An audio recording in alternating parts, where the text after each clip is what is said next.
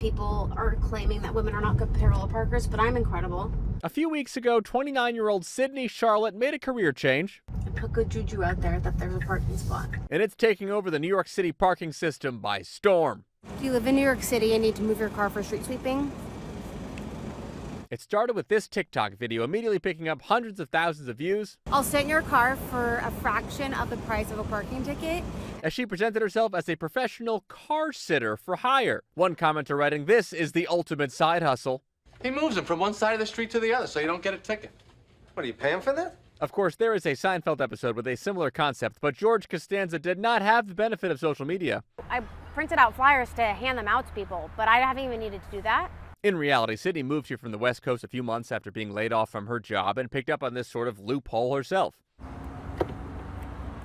Now, all throughout the week, New Yorkers are paying Sydney to move their cars and sit in them during allotted street sweeping hours, and in her experience, police officers do not write you a ticket if you're present. What do you say to the cop? You just smile and wave? Yeah, he just smiles. He just sometimes doesn't even look at you. This morning I was like, good morning. He's like, good morning. From there, Sydney will just sit in a stranger's car for hours. I thought that sounded boring at first, but then I remembered young millennials have a trick for quietly passing time, even with company.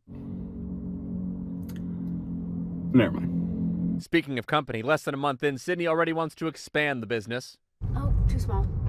And next, hire more folks to join her army of professional Big Apple automobile occupiers. And so far, I have more people sending me their resumes and asking if they can work for me than I almost do customers.